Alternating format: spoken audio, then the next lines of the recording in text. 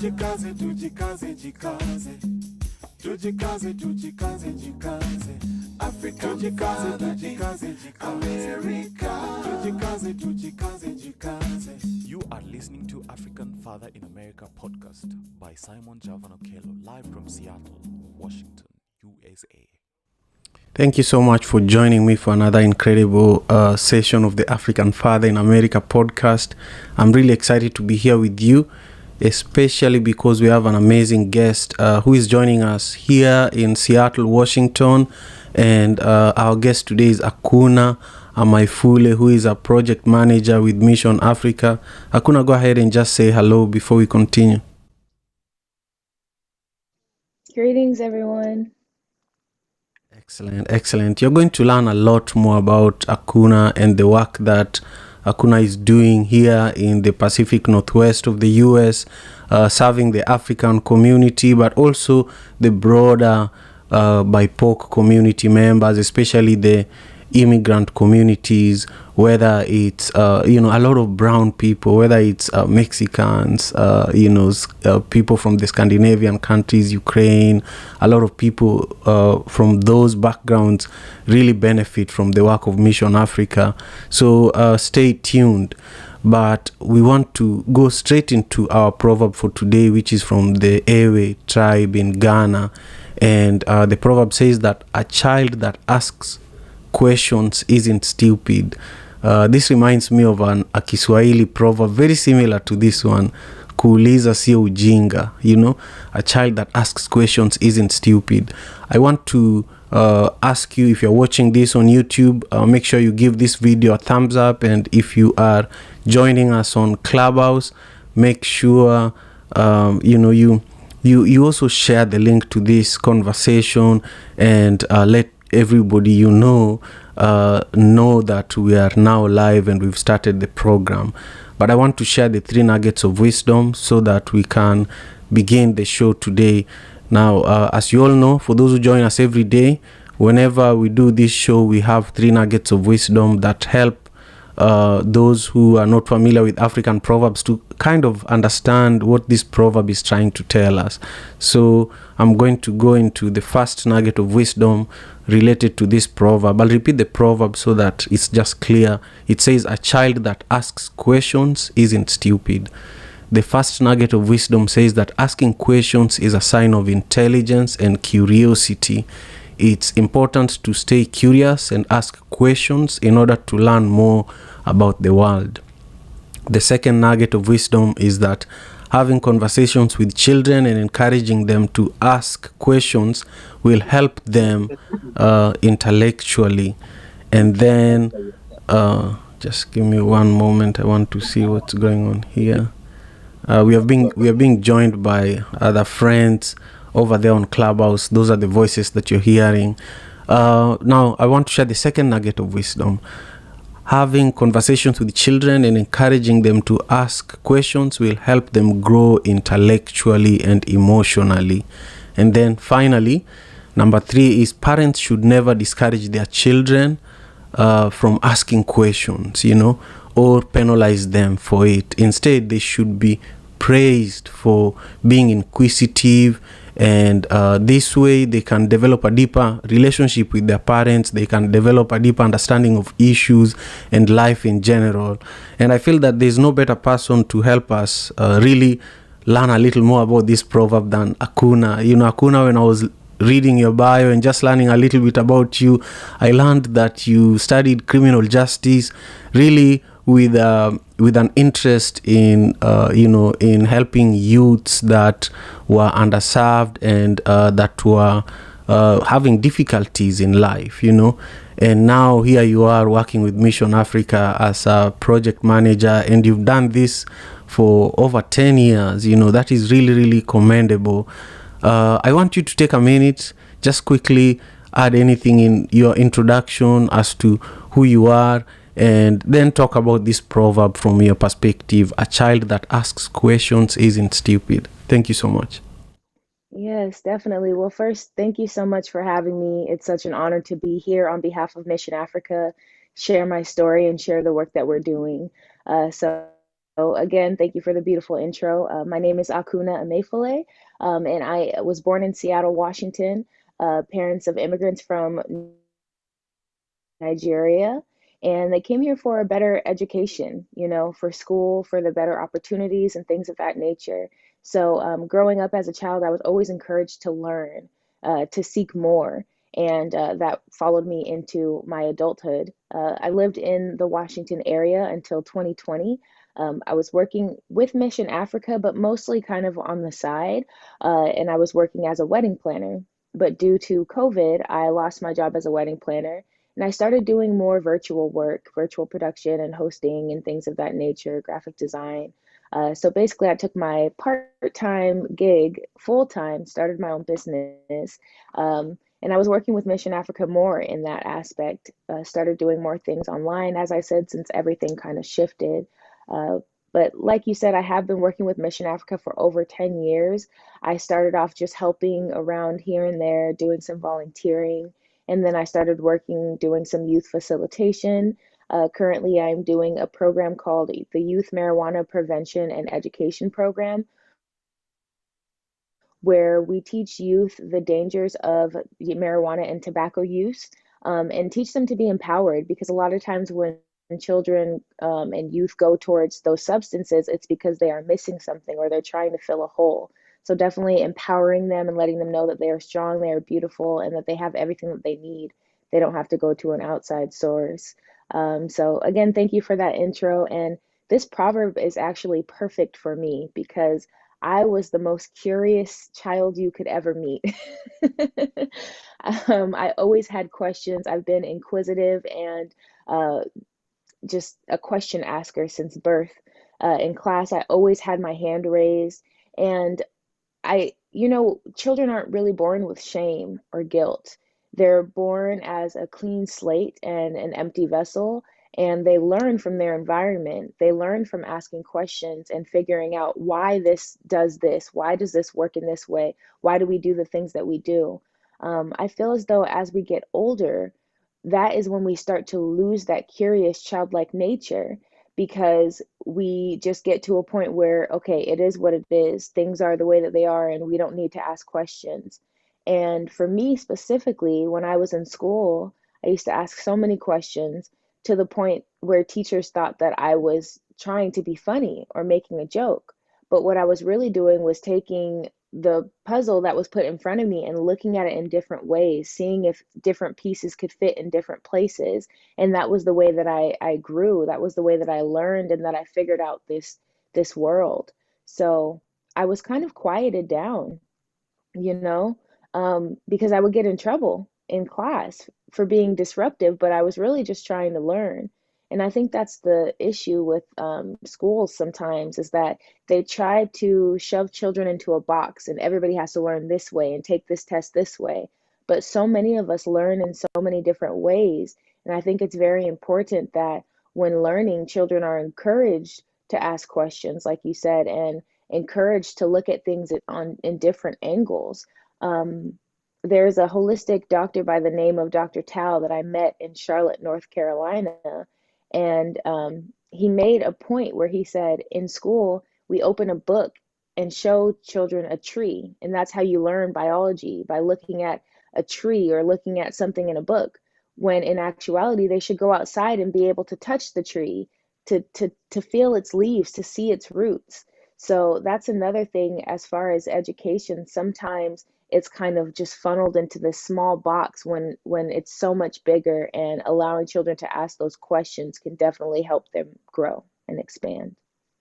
I love that. I love the analogy of opening a book and showing children the tree. But if you let them loose, if you let them be out in nature, they actually touch the tree, they climb the tree, they smell the tree, and that's different. That's so different.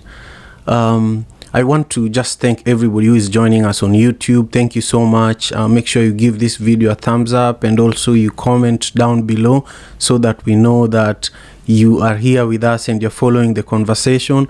And also, if you've been inspired by something that my special guest is sharing with us, make sure you also let us know in the comments. If you are on Clubhouse, let us know also in the chats whether you are following our conversation and also what your thoughts are. I have a really special guest today, Akuna Amaifule, who is the project manager for Mission Africa. And so far, we've talked about, her perspectives on today's African proverb, an Ewe proverb from Ghana. The proverb says that a child that asks questions isn't stupid. But now, Akuna, I want us to go a little further. This is a question that I love asking all the guests of the African Father in America podcast, because I share my own story that when I was about 8 years old, my mother gave me a bicycle and I began distributing milk and bread in our entire neighborhood. And that's how I built my network back in Kenya. And that's how I built my business acumen. And I learned how to, build community. But you see, that's also how I connected with Mission Africa, But everybody has a similar story of something that happened in their childhood that inspires who they are as a leader today. So I wanted you to take us back, share with us a story from your childhood here in Seattle. It's very rare to find African immigrants or first generation Africans whose parents moved here. And I have a few friends, but I just love meeting people who really understand this landscape better than me. So share with us a story that really inspires who you are today, because I have to say that you're one of the leaders here in the Pacific Northwest that I really love watching and seeing how you do your things. Thank you. I appreciate that. So I want to also touch on, before I go into the story, kind of what you said. I feel as though being first generation is, I have a very interesting perspective, because while I was born here in Seattle and I was born in the US, so my whole life has been here, I was raised by parents who were not born here. So I have the culture of a Nigerian, but it's like looser in a bit, because when my parents moved here, I'm not going to say they lost their culture, but they did pick up some of the culture of the US as well. So it's just a different perspective, almost like standing in the middle of Africa and America and going back to visit and things. It's a very interesting perspective, and I love that that has made me who I am today. So the story that I want to share actually took place in Nigeria, in the village where my mother was born. And I went to Nigeria. We traveled there as a family, and it was in September. My birthday is actually September 11th, and we were there celebrating my birthday. And this is such an interesting story. So it was my first time celebrating my birthday in Nigeria outside of Seattle, actually. And I remember I didn't have that many presents, because it was in Nigeria and I didn't have my immediate family and friends, around. I just had like my brother, or excuse me, my sisters, my mom and my dad, and I think some of my aunts were there as well. And I didn't get that many presents, Here in America, I was used to having wrapped up presents and a cake and all of that. But I was really excited to spend my birthday in a new place. I did have a cake. They sang happy birthday. They did a game where they were guessing how old I was turning, and I distinctly remember some people were saying, like, it was like kids, and they were saying, "Oh, Akuna is turning 30 years old," and I'm like, 30? They think I'm 30, and all these things. So it was really funny because there was a language barrier, but there was also a cultural barrier. So I was used to being spoiled here and having all these presents wrapped up and all of this fanfare and such. And this was the most people that had attended my birthday party. We were in the village and there were all these cousins and kids that I did not know. And so I was maybe 9 or 10 at the time, maybe 11. And so I was a little bit uncomfortable, but things like that, moments that we get out of our comfort zone really define us as people. Because here I am 20 years old, or excuse me, 20 years later telling this story. So somebody gave me a pack of crayons, just a pack of crayons. And I was so happy for that pack of crayons. Mind you, back at home in Seattle, I probably had like 5, 6 boxes of crayons that I had broken some of them, that some of the colors were missing, that I had peeled the little wrapper off of some of them, that didn't have boxes, that were just under the bed or shoved in a toy box. But in Nigeria, I was so excited for that pack of crayons. And like I said, there were several kids around. I did not know most of the children that were there at my birthday party. And my aunt, she said, "Oh, let me take some of the crayons and give to the children." And at first, I was upset because I was a little kid and I didn't really understand the concept. In my head, I'm like, these are my crayons. Now, I've always been a helpful person. I've always wanted to help people. But in that moment, I just remember feeling like, why should I give away my birthday gift? And I think part of that was the programming of me growing up and having birthdays where this is all about you. This is your special day. But if you think about it, when we throw birthday parties, isn't it kind of for the other people that come as well to come enjoy and celebrate with you? So I remember in that moment being upset about sharing these crayons. So she took maybe 3 or 4 out of the box. And as she was giving them away to these kids, I just saw their whole face light up. The fact that I was upset over a whole box of crayons, I didn't want to give away one. But seeing one person get one crayon, and it almost looked like it changed their life, they were so excited. And in that moment, I just realized it just sparked something in my heart of giving, and how much that something that if I was back home and somebody gave me a pack of crayons for my birthday, I might have been upset, because I wasn't spoiled, but in that capacity, it didn't mean very much to me getting a whole box.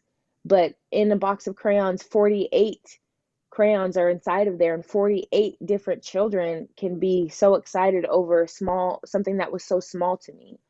So honestly, I'd like to believe I gave away the whole box of crayons, but I don't think I did.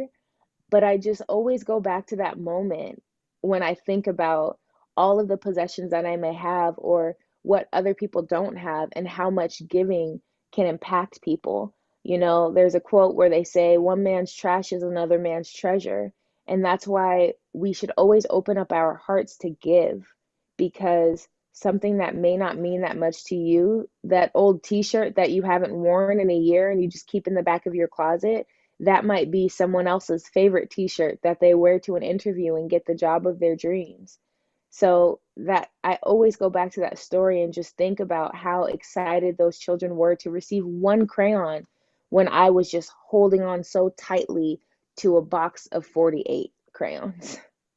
Man, I'm so inspired by this story, and I have to say that you're a great storyteller. I don't know if you know that. You probably know that already, but this is probably one of the best stories I've ever had in a long time. Anyway, I love it. Now, I just want to let our friends and, family who are joining us know that, we're having an incredible conversation here. This is, I think, episode 331 or 32 of the African Father in America podcast. And my guest is Akuna Amefule, who is a project manager for Mission Africa. We've talked about amazing things, but now I want us to just talk more about your work with Mission Africa. Why is it that you've been dedicated to Mission Africa for the last 10 years? What is going on at Mission Africa now?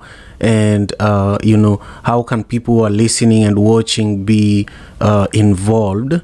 And then later on, I want us to take time, listen to a few of our friends and family who have joined us, listen to a few comments on the Proverb, and also on our conversation.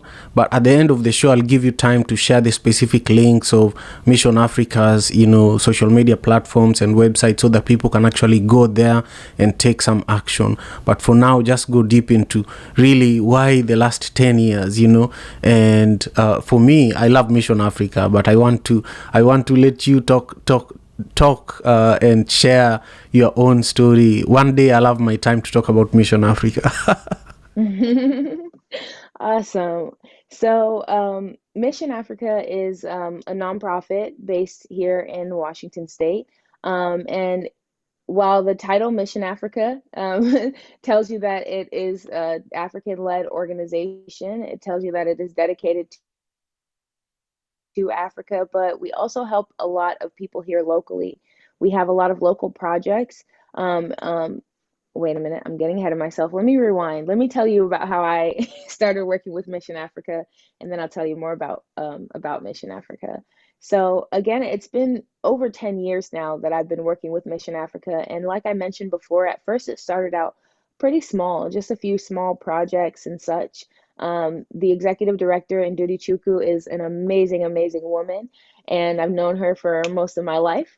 And when I first started out, it was just, oh, can you help me make this flyer for this event? And I did not know what I was doing. I went to my Microsoft Word and I typed the words that she wanted. I found some clip art and I put it there.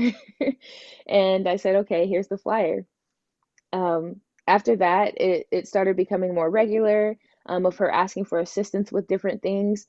And I grew with Mission Africa because I learned how to do different things that she was asking me to help her, to assist her with. And after a while, it became to the point where she said, you should be charging me for this, because at first it was just kind of a volunteer thing. So Mission Africa was my first client, and in Duty actually. And so started out with that. Then I helped with planning events and doing things of that nature. When COVID hit, I started working with Mission Africa even more, helping organize things, doing different projects and such. And I didn't necessarily have a title because I didn't feel like I needed one. I just knew that I was there to help with whatever was needed at the time. When I moved out of state in 2020, at first I moved to Nashville, Tennessee, and I was still doing work for Mission Africa virtually. And then I just started traveling. I became a digital nomad of sorts because all of my work was then virtual. And that also helped with my growth, to the point to where I had been working with Mission Africa for 8 to 9 years, and I just thought that I needed a change. So I left working with Mission Africa regularly and was just doing small projects here to here on a project basis per se. And I started diving further into my own business. And that was definitely needed at the time because it showed me how important it is to be in alignment with the work that you do. I know a lot of people who hate their jobs. I know a lot of people that go to their jobs just because they need the money, but they're not passionate about the work that they do. Their work doesn't drive them. It doesn't. I got the chance to see how that is firsthand.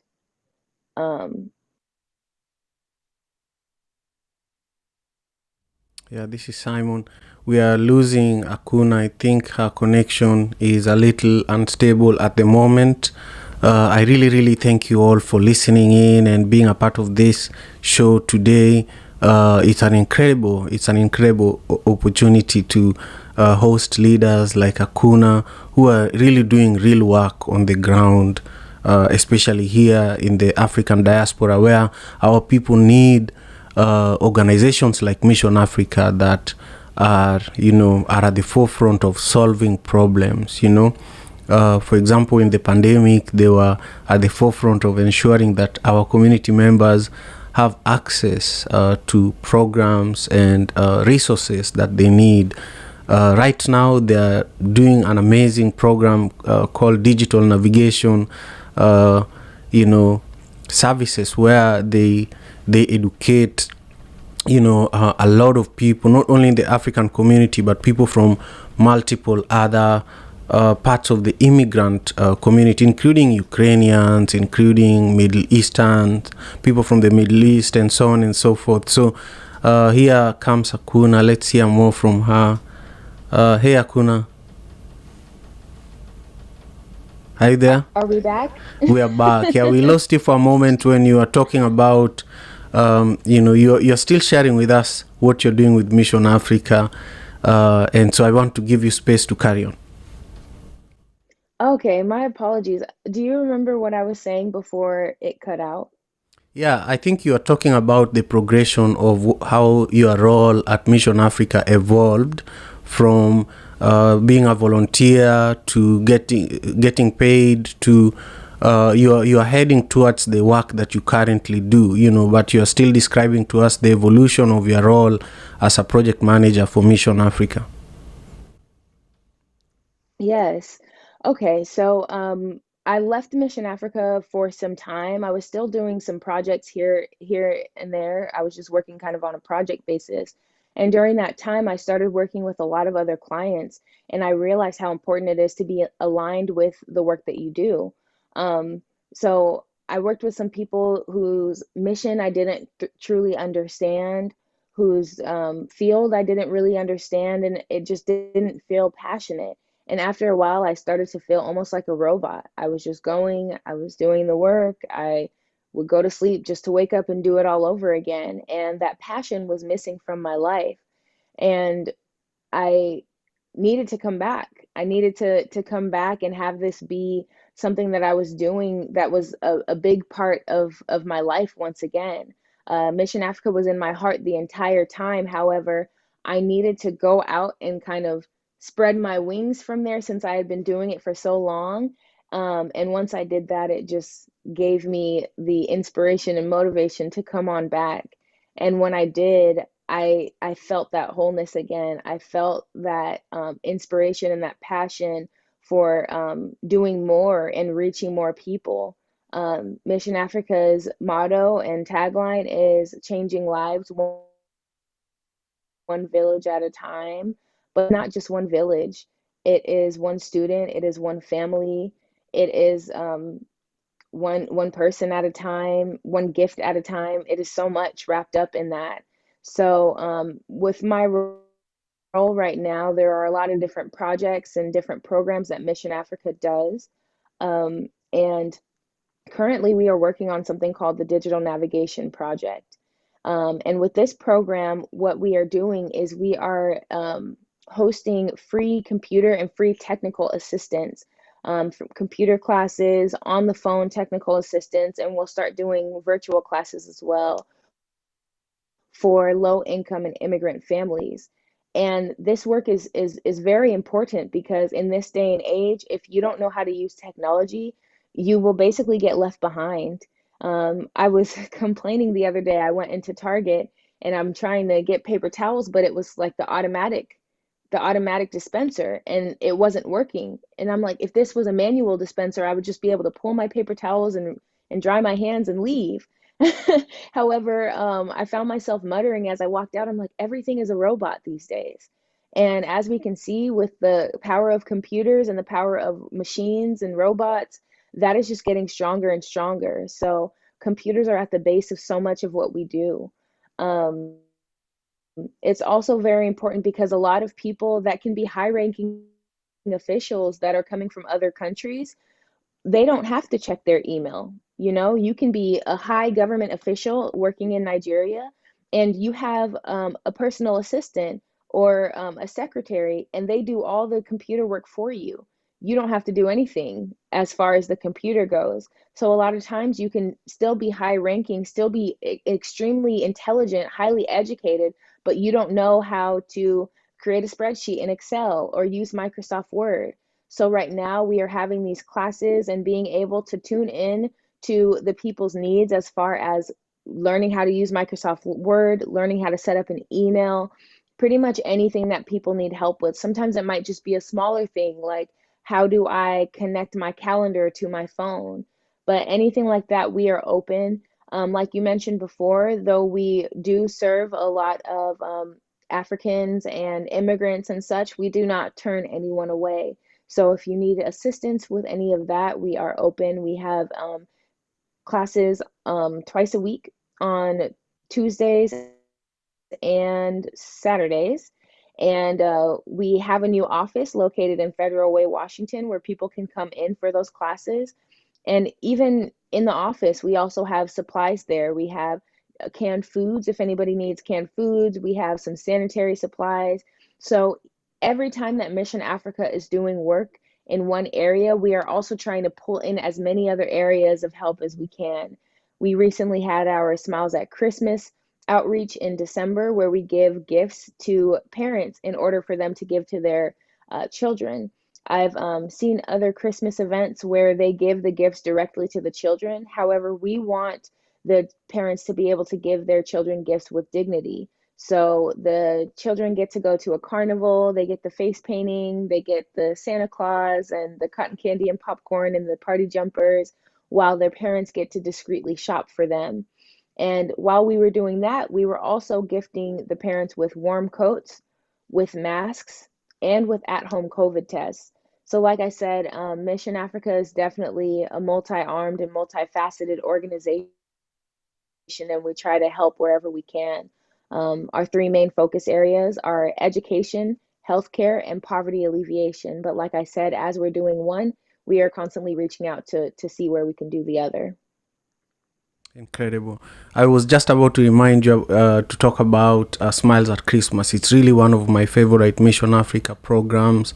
And then recently, last year, there was an incredible program that Mission Africa did around youths, training youths, social media skills, and, how to use their creativity to counter COVID misinformation. Do you want to talk about that briefly before we listen to some of our guests who are here with us? Yes, definitely. So we had a program called the AHAP program, and that was the African Health Alliance program. And it was, or advocacy, my apologies, African Health Advocacy program. And that was an amazing program where we were able to work with, I believe the number was 28 different African-led community organizations. And it's very important that we base our work in community. Mission Africa is a volunteer led organization, and we love to collaborate with community, because if we were to just stand and try to do things all on our own, we would be missing out on the voices of many. But when we work with community and different community leaders, we are able to reach out to so many more people. And that's why collaboration is so important. But through that program, we were able to, like you said, work with the youth. We had a wonderful youth facilitator named Ketchy, my older sister, and she did a really good job helping the youth. Simon also helped as well. And that was a great program. We called the youth change agents. And that was just another way to empower them and let them know that they truly are our future. That's not just a quote that's there because it sounds good. It is the truth. So I think a lot of work is very important to start with the youth, to let them know that they are powerful, that their voice matters, and that we are here to listen to them. At the end, we finished off the program with a celebration, and we were able to have some wonderful organizations and people come to perform. We had health speakers as well. So it was just very important, because a lot of times health can go overlooked, but we only have one body. So it's very important that we stay up to date on our health, and the youth were able to help us spread that message and figure out what the community needs. Wonderful, wonderful. There are quite a few Nigerians listening to our conversations right now, so we are going to give you all a chance. I also see Melissa, who is doing incredible work in Nigeria, but she's here in the US. We'll give you a chance to speak in a moment. My guest today is Akuna Amaifule, who is a project manager with Mission Africa, and Mission Africa was founded by an incredible Nigerian leader. She's an amazing lady that worked for Microsoft. She has worked with many organizations, but she has totally dedicated her life to Mission Africa. Almost every time I call her, she's on the road going to pick up supplies for our community members. And sometimes I joke with her, I tell her, don't work too hard. She reminds me so much of my mother. You know, my mother literally lived her entire life for my community back in Kenya. I want to invite a few other voices. Akuna, just take some mental notes as we hear some of our friends who are on the stage on Clubhouse who are going to speak in a moment here. Stella, go ahead and just quickly introduce yourself, where you're joining us from, your comments on my conversation with Akuna, and your thoughts on the proverb just briefly. Thank you so much. Stella is part of the One Vibe team.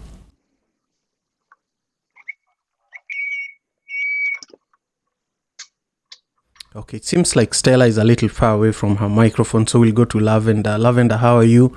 Where are you joining us from, and what are your thoughts in regards to this conversation and today's proverb? Hi, Simon. This is Lavender. Thank you for the opportunity to speak. Akuna, it's really nice to hear your story. You're interesting to listen to. And it's your story is something most young people can relate to when it comes to identifying your passion, and the work you're doing is quite uh,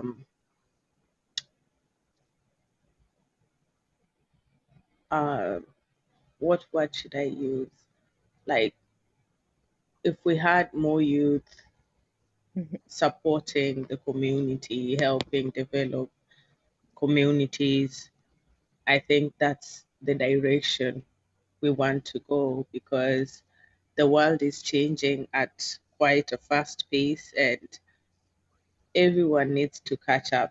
And who's better to do it than the youth, because we are like in the middle of the changing times. The older generation and the new generation coming up, and we are right in the middle. My thoughts about today's proverb is um, questions are better asked. Like, that's how we get to know things. In life, we can't know everything. The best way to know is to ask. Thank you, Simon, for the opportunity to speak. Melissa, it's great to see you. I just found myself smiling when I saw you in the room. Wonderful. Thank you, Lavender. I want to just make sure, Stella, we don't skip you forever. So just tap your mic if you're available. And if you're not, for now, I'll go to Brother Earth. How are you doing today? Thank you for joining us. Share your perspectives on the proverb and comments to the conversation with my guest today. Greetings, peace and love, family. It's Brother Earth coming out of the North Carolina territory. And again, this is one of my best part of my morning. It's like my cup of coffee, to come in here and get this good energy, good vibrations. I'm very grateful for it. And as far as the conversation, the sister, she said a lot of beautiful things, and she's doing a lot of beautiful work. And kind of going back to the proverb from yesterday about, a child not being loved will come back to burn a village. With her work, a lot of her work is catering to the children, because the children are the future, and not all the time they're being heard. And it's important that she said, she's doing everything in her power to make sure she at the pulse of the children, and I think it's very beautiful. And as far as the proverb is concerned, a child that asks questions isn't stupid. And like she said, they used to call me Mr. Million Questions as well because, I always like clarity on things. I know I got a strong imagination, and sometimes I can hear things or see things as I want to. So a lot of times I like to ask questions to make sure it is what it is. And also, especially for dealing with a child, they say the only dumb question is the question that you don't ask, or but and as far as my daughter, or dealing with children, asking questions, you know, I oftentimes ask her questions to make her think, because asking questions and being a critical thinker is very important in these days and times, because so many people are just programmed to follow. But being able to be a critical thinker is how we gonna break a lot of these bad patterns that we've been following for the multiple years. And I just say, keep doing all the work that you're doing. Peace and love, family. It's Brother Hurt. Thank you so much, brother. I appreciate what you shared with us. Let's hear from Stephen. Stephen, how are you? Where are you joining us from? And what are your thoughts in regards to the proverb and the conversation with Akuna?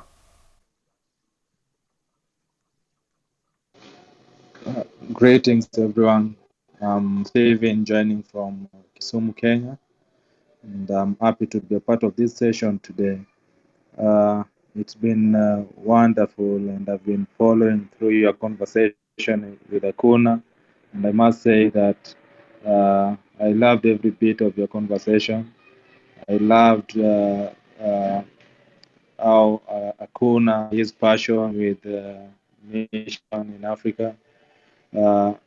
How she realizes at time when she really wants self-reflection and steps out, then realizes herself and comes back to carry on with her mission, with mission in Africa.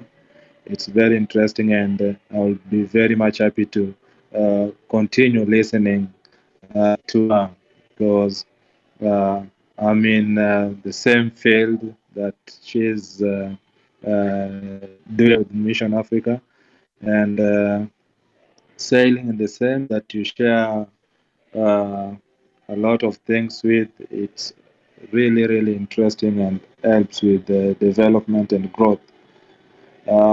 Concerning today's topic, I would say that questions are part of the child's growth. When you look on the children's development, asking too much questions, it reaches a point in the stage in the child's development that he or she becomes so much inquisitive, and it it is our call as parents and caregivers to the kids to uh, be keen and conscious of the questions that the kids ask, because there are cases where you might have a child and is not asking any questions. Then as a caregiver, you need to ask yourself questions. Why is this child uh, passing this stage? And uh, this is that vital stage that any child should not go without passing through. So it is a critical stage in a child's life to be inquisitive, and while the kids are asking questions, helps them also realize themselves, helps them shape themselves, and helps them understand themselves as and the world as well. So it isn't a crime, or we shouldn't be afraid to ask questions. We should ask questions for self growth, and for us to develop ourselves, just like the kids want to ask and to know if the directions and the steps they are making are the right ones, or if they need any directions to help shape their lives. Uh, Thank you again, Simon, for having me. That was my. Excellent. Thank you, Stephen. I deeply appreciate you. I want to quickly give a shout out to Mkenya Marikani TV, another big YouTube channel that is joining us for the show. Thank you so much. I need you to actually host Akuna on your show sometime. I'll reach out to you about that. But for now, I want to come to you, Melissa. Take space, share with us your thoughts on this beautiful conversation we are having, and also your thoughts in regards to today's proverb from the Ewe community. Thank you. Oh, thank you. So good to be with my beautiful African Father in America family. Great to see you too, Lavender. Simon, as always, such an honor. Akuna, thank you for your work. I am the owner of a global think tank, and we have a satellite office actually in Lagos, Nigeria. We have a beautiful team building there. Simon, I'm here to announce also we just opened our satellite office in Nairobi, Kenya. So we are now in Kenya finally.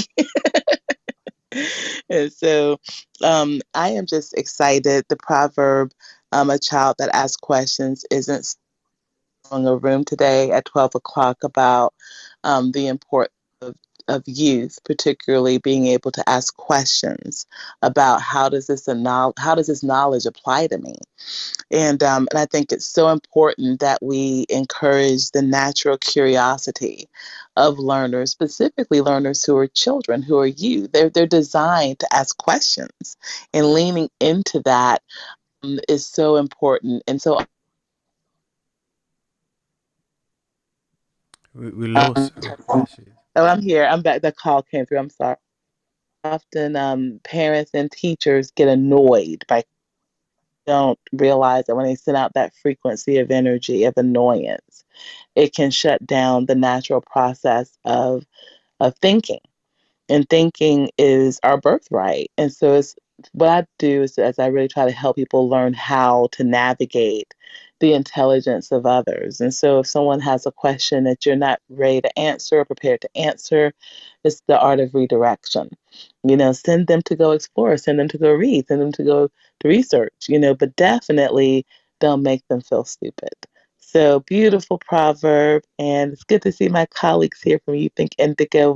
You attract us, Simon. So my vice president is right behind me. He's oversees our international team, and shout out to Iset, our executive director, and Chris Cynthia, who's one of our executives. So we're in here in full force today to support. Thank you. Thank you, Melissa. I deeply appreciate you, and congratulations on your expansion to Nairobi. I can't wait to learn more. I just love what you do, and I want to hear what Gozi has to say, and then we'll come back to you, Akuna, to begin wrapping up the show for us. Gozi, how are you? Where are you joining us from, and what are your thoughts in regards to this wonderful conversation and today's proverb? Okay, good afternoon, everyone. Good morning, good evening from wherever you're calling from. It's nice being here, Simon. It's been a while. Maybe I should say Happy New Year. Okay, so in regards to the topic of today, because I was not here when Akuna was saying something, but I'll just be speaking on what the topic of today is. So a child that asks question is not stupid. I feel a child that really asks question is actually a leader, but Africans, we don't really see that leadership thing in that child. So what they tend to do is they tend to shut it down. Like African parents, they tend to like shut it down on that child. Then now that child begin to think that, oh, these questions, and they begin to feel timid, and they start going to the shy button where they now feel like they don't need to ask questions. They know what to say, they know what to ask, but when they are scared of asking question because of the reaction of the person they're asking the question, maybe because once they have asked and they are being turned down or being shut down at, you get. So that's what I feel. So I'll still end with it. A child that asks question is actually the leader. So we should actually embrace those children and make them know who they really are while they're still kids. Because I think the earlier the better. Because I feel leadership is a skill that is not actually like we did not give birth to us to be leader. We actually learned it, or we actually saw people that leaders and we imitate or we learn from them. So that's what I feel.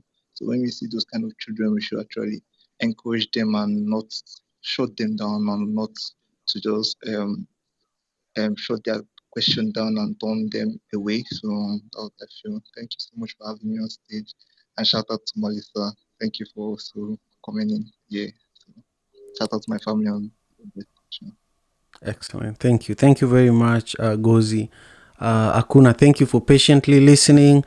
Share with us what you heard from every contributor that moved you, and then share with us how we can stay in touch with you, but also how we can connect with you and Mission Africa.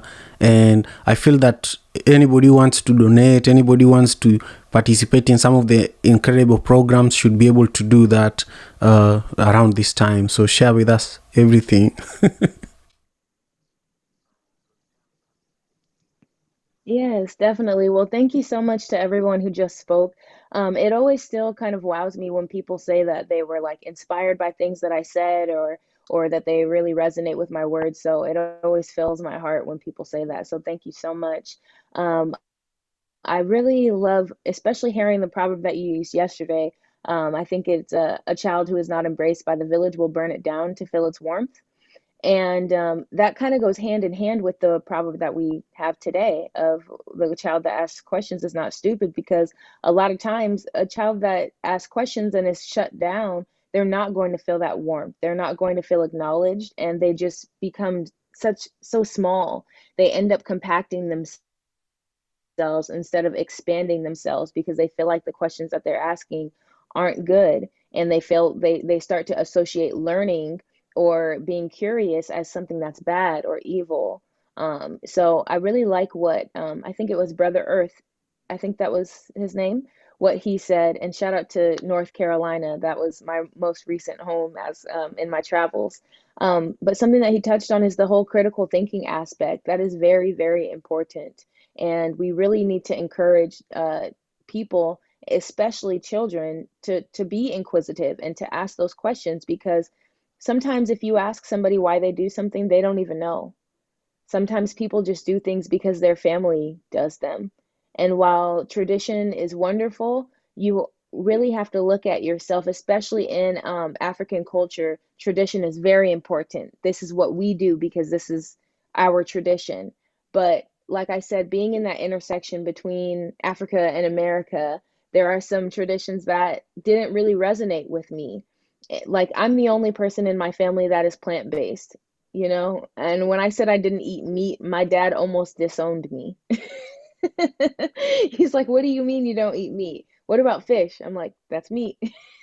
So I think that it's very important that we look within, because so much of this world tells us to look outside of ourselves. But honestly, we have everything that we need within. All of the questions that we have, all of the things, you know, we can answer those by going within. That doesn't mean don't ask questions. Definitely ask questions, but also trust our intuition and our inner knowingness as well. So I really appreciated everybody that shared. Congratulations to Melissa for opening that new office. And thank you to Lavender and everybody else that spoke. Stephen, I think, was another name. I apologize if I'm missing the names, but it was great to hear from you all. And I appreciate that. I think now what do I touch on next? I'm sorry. Now, how do we stay connected with you, and how do we learn more about Mission Africa? What is Mission Africa's website or social media handle? I would love for people to Yes. live knowing where to go. Yes, definitely. So, missionafrica.us is the website for Mission Africa. Not .com, not .org, but missionafrica.us. And if you go there, that will show you all of our programs and projects, some of our past projects, our wonderful board, some of our local partners, etc. We also have a page there that has digital navigation, and that shows the classes that we are currently having. So we are updating now for our classes. Tuesdays, we have classes at our Federal Way office from 6 p.m. to 7:30 p.m. And on Saturdays, we have classes from 1 p.m. to 2:30 p.m. And like I said, this is free computer classes. We provide the laptops for you to learn on while you're there. If you know anybody that needs technical assistance, please, please, please encourage them to go to our website, click on the digital navigation page, and sign up through there. We will contact them further to get them enrolled and just get this free information.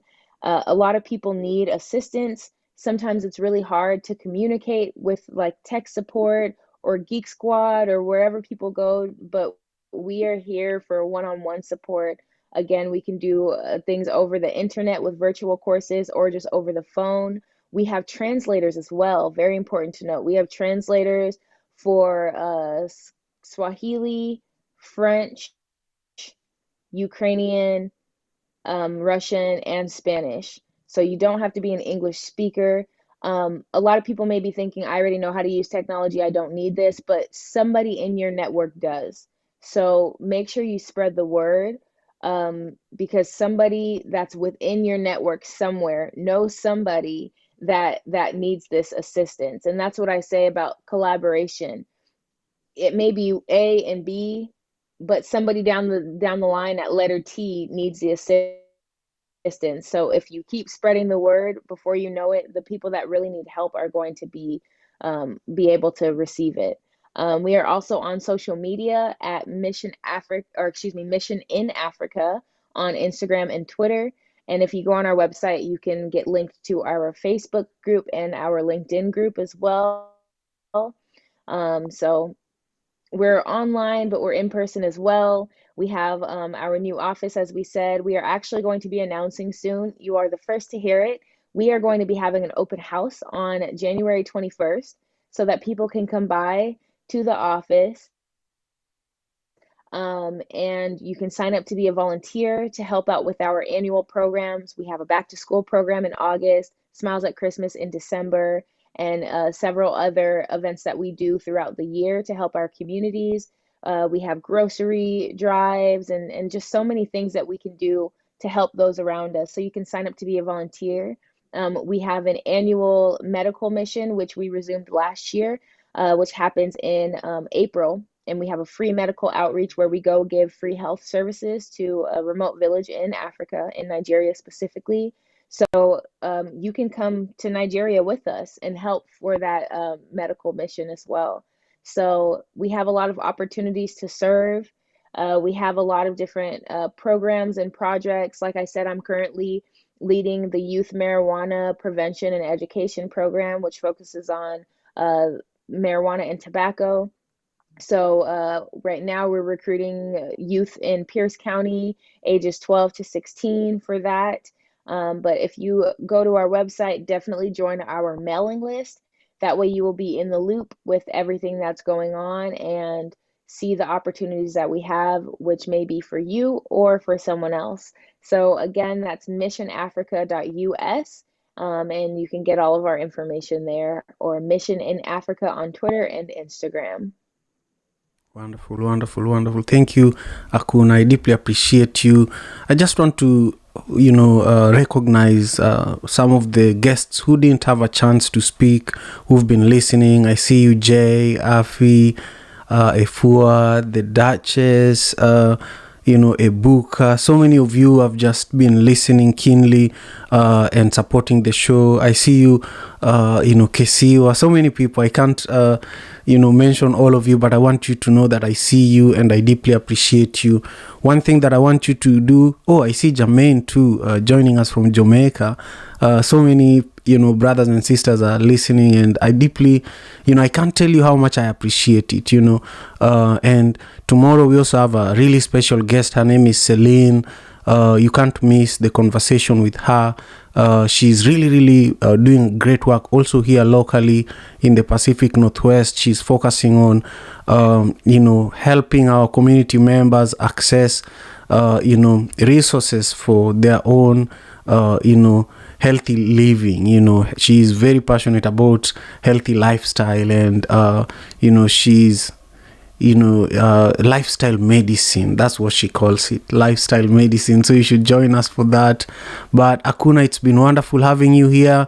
We've come to the tail end of our conversation, and I want to encourage everyone who is here with us to take a moment, go to the YouTube link at the top of the room if you're on Clubhouse, and subscribe to my YouTube channel so that when we are live tomorrow, you can catch the show. If you're on YouTube already, make sure you give today's video a thumbs up. But importantly, I want to see your comments. I'll make sure we reply to every comment that you share, especially on this video. And then we'll put the links to Mission Africa in the comments there as well. Thank you, Akuna. Take great care of yourself. And thank you, everyone. Have a beautiful rest of your day. Hey, Lavender. Thank you. Oh, sorry. Just a moment. I'd like to bring everyone's attention to the same YouTube link you've mentioned. When they go to the information section, there's a lot of resources, including Simon's book, Rooted in Love, our trips to Kenya on onevibexperience.com, and you'll also find links to some of the apps we use for podcasting. A lot of people have been reaching out to ask what are the apps that we use for our podcasting sessions, and you can find all those resources in the information section on the Instagram, on the YouTube channel information section. Also, you'll find the links to our Facebook, Instagram, and Twitter on there. Thank you all so much. Excellent. Thank you, Lavender. Thank you, Akuna. And thank you, everyone. Peace and love. African father in America. Tujikaze, tujikaze, jikaze. Tujikaze, tujikaze, jikaze. African father, tujikaze, America. Tujikaze, tujikaze, jikaze. You are listening to African Father in America podcast by Simon Javan Okello, live from Seattle, Washington, USA.